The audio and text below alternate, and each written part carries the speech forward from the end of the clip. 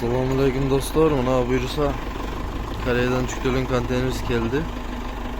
Önceki gün de geldi. Açtık buna. Düşürüş başladı. Ortada lavabo.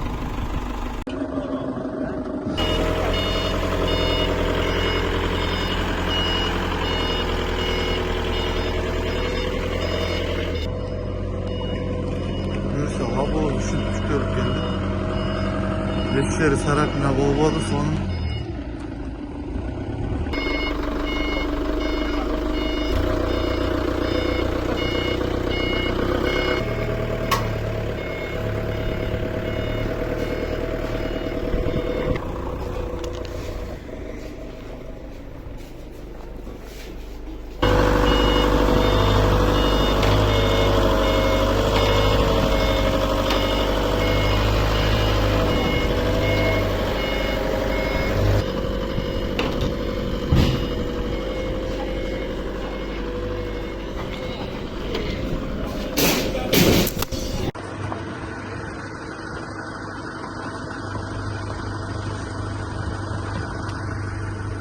O birinci portir.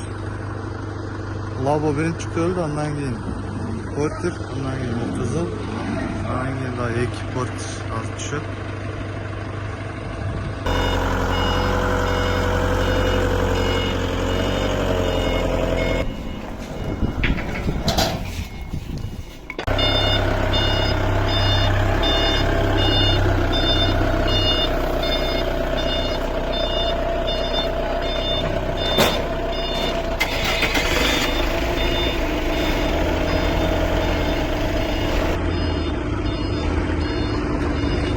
Porterleri düşürüp aldık konteynerden.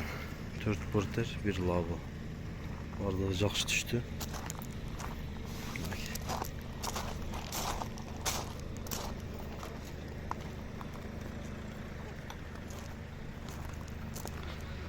Duble kabine.